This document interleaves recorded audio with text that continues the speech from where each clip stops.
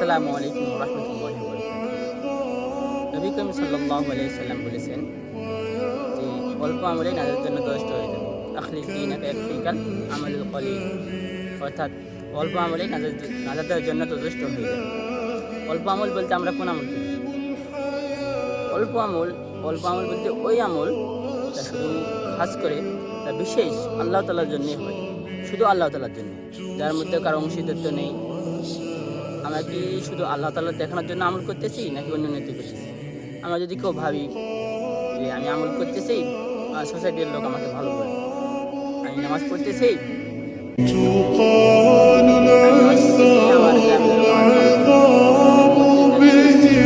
গ্রামের লোক আমার সালাম দিবে, তাহলে এই আমলটি আমাদের জন্য কখনোই আমাদের করলে হবে না।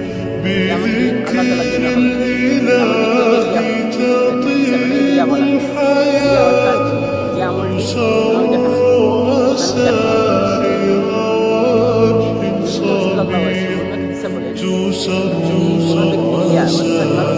আমল করে সে তো জান্নাত পাবেই না, সে জান্নাতের সুগন্ধও পাবে।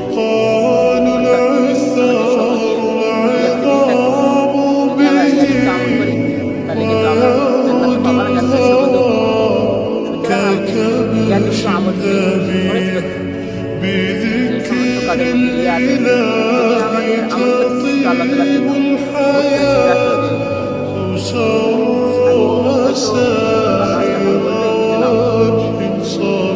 ভালো বলতে পারে।